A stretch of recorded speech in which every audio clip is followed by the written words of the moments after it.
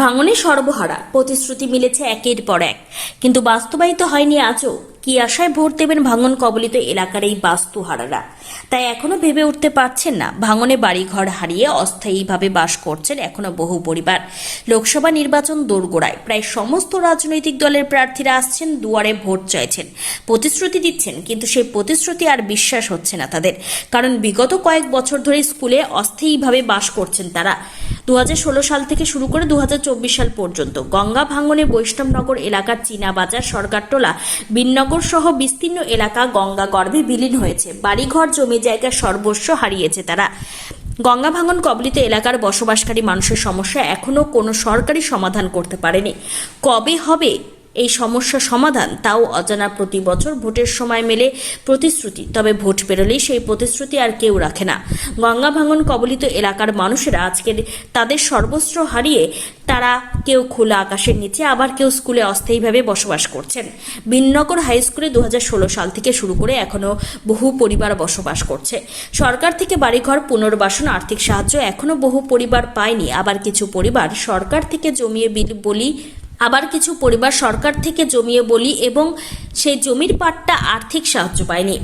Lok Sabha vote দোরগোড়ায়, এখন রাজনৈতিক দলের নেতা নেত্রীরা, প্রার্থীরা সকলেই আসছেন ভাঙন দুর্গত সেই সব পরিবারের কাছে, দেখা করছেন, ভোট ভিক্ষাও চাচ্ছেন। তবে আবারও সেই প্রতিশ্রুতির বন্যা বয়ে যাচ্ছে।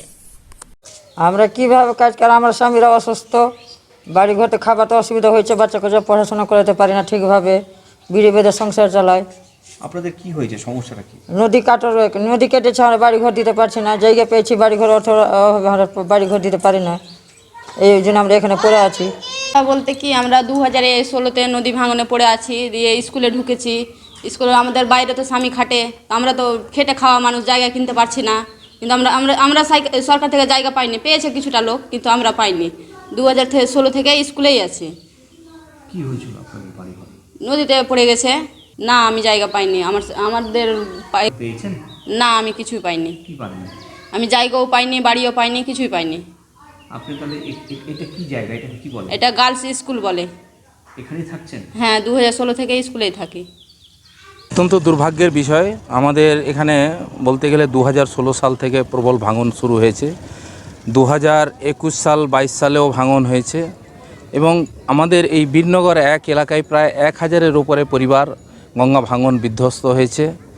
এবং শুধু তাই নয়, আমাদের যে ডাউন স্ট্রিম আছে পারদেওনাপুর, শোভাপুর, সেখানেও প্রায় 1000 খানেক পরিবার বিধ্বস্ত হয়েছে।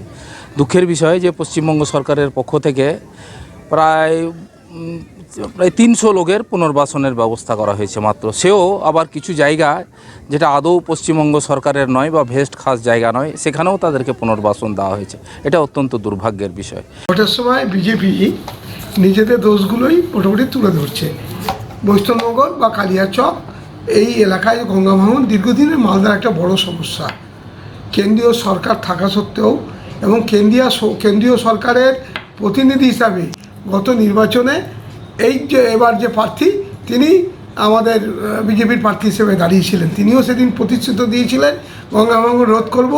তারপর উনি বিধায়ক হয়েছেন এবং ওখানেও বিজেপির বিধায়ক যিনি ছিলেন এর আগে, প্রাক্তন বিধায়ক, ওনারও বাড়ির এলাকায় গঙ্গা ভাঙন। তো ওনারা ভারত সরকার থেকে পশ্চিমবঙ্গ উন্নয়নের কোনো টাকা আনতে পারে না, তাই নিজেদের দোল থাকতে এই সময় এইসব কিছু লোককে, যাদের জন্য পশ্চিমবঙ্গ সরকার তাদের বিভিন্নভাবে সাহায্য করছে, তাদের নতুন করে জমি কিনা দেওয়ার জন্য জমি চিহ্নিত করে সরকারের কাছে, কেন্দ্রীয় সরকারের কাছে আবেদন করেছে, তাদের পুনর্বাসন দেওয়ার কাজটা যেটা করছে রাজ্য সরকারই করেছে। বিজেপিরা ভোটের সময় প্রতিশ্রুতি দেয়, আবার তিনি নতুন করে প্রতিশ্রুতি দিয়ে আবার নিরুদ্দেশ হয়ে যাবেন। হ্যাঁ, এটা তো সমস্যা আমাদের। এর আগে ভাঙন এলাকার যারা থাকে এরা খুব কষ্টতে থাকে। তো এর আগে ডালবাবু চেষ্টা করেছি, আমিও চেষ্টা করেছি, যেহেতু আমিও বৈষ্ণবনগরের যখন ছিলাম 5 বছর বিধায়ক, আমরা কিছু জায়গা রিহ্যাবিলিটেশনের জন্য চেষ্টা করেছি। যারা একদম, যেমন পারদানাপুর যারা থাকে একদম, যেখানে ওয়াশ আউট হয়েছে, বাড়ি wash out, Manikchak wash out. Problem হচ্ছে, আমরা বারবার অ্যাপিল করেছি ডিএমের কাছে, সরকারের কাছে, যে ওদের জন্য যাতে একটা রিহ্যাবিলিটেশন অন্য জায়গায় যাতে ওদের জমি দিয়ে হয়। এটা আমরা অনেকবার চেষ্টা করেছি, ডালুবাবু সাংসদও চেষ্টা করেছে। Wicked Unleashed. That's wicked. All the cuts and the curves. So wicked. Take what you deserve. It's wicked. TVS Raider. Unleash your wicked.